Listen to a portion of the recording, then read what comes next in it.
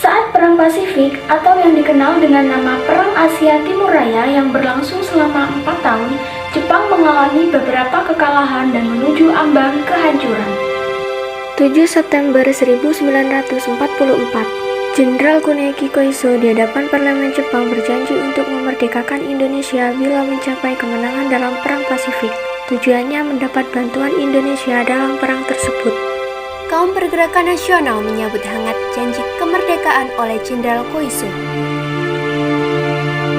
Anggota Badan Penyelidik Usaha-Usaha Persiapan Kemerdekaan Indonesia (BPUPKI) dilantik oleh Jenderal Kumakichi Harada. Rajiman Widyo Diningrat, tokoh pergerakan nasional, ditunjuk sebagai ketuanya. Tapi tidak semua petinggi militer Jepang sepakat dengan pelantikan BPUPKI.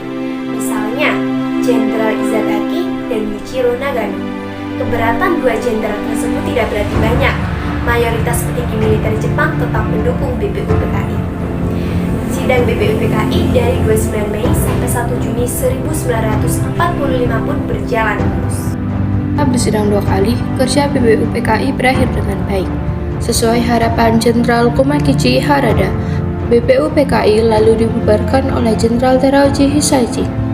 Diganti jadi Panitia Persiapan Kemerdekaan Indonesia (PPKI) 7 Agustus 1945.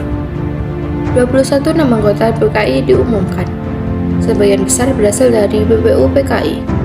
Mereka sudah bersiap sidang pada tanggal 11 Agustus 1945. Soekarno, Hatta, dan Rajiman Widyo Diningrat wakil PPKI terbang ke dalam Vietnam 12 Agustus 1945. Di tengah kabar pemboman Hiroshima dan Nagasaki di Jepang, Jenderal Hisaichi Terauchi, Panglima Angkatan Perang Jepang di Asia Tenggara, menyambut kedatangan mereka. Jenderal Terauchi berkata bahwa PPKI bisa segera memproklamasikan kemerdekaan Indonesia karena gembira tepat pada hari ulang tahun Hatta. Mereka semua senang, kemerdekaan sudah di depan mata.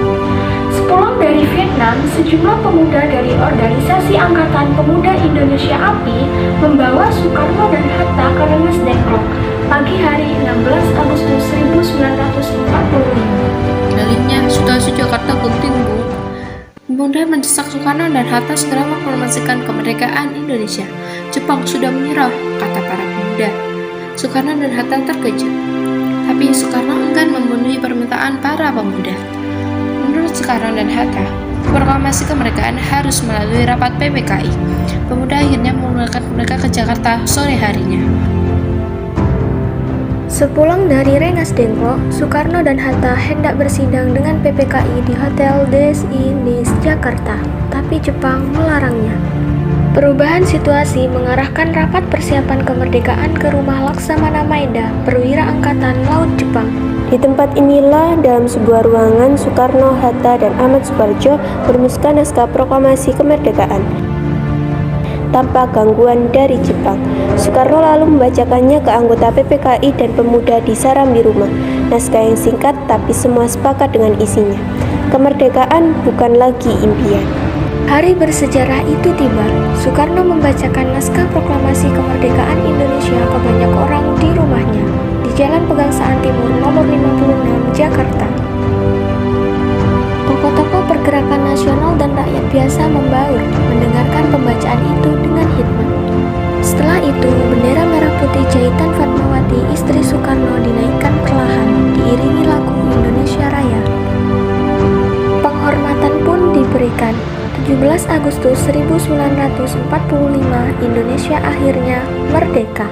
Ini bukanlah pemberian, melainkan hasil perjuangan dari seluruh rakyat Indonesia.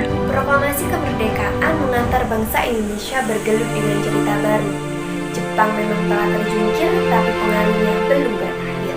Ini dialami oleh fotografer Mendur bersaudara dalam merekam dan menyebar proklamasi. Jepang menghancurkan kamera Alex Mendur, sang kakak. Karena itu, Franz, sang adik, mengubur negatif fotonya di halaman kantor Surat Kabar Asia Raya demi selamatkan bukti-bukti proklamasi. Di tempat lain, pewarta berhasil mengabarkan proklamasi lewat media cetak, juga melalui siaran radio dengan menggunakan beragam bahasa daerah. Di desa-desa, pemuda Republik berperan meneruskan kabar proklamasi.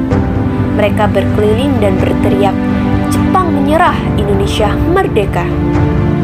Akhirnya, tiap orang menjadi saksi Indonesia telah merdeka.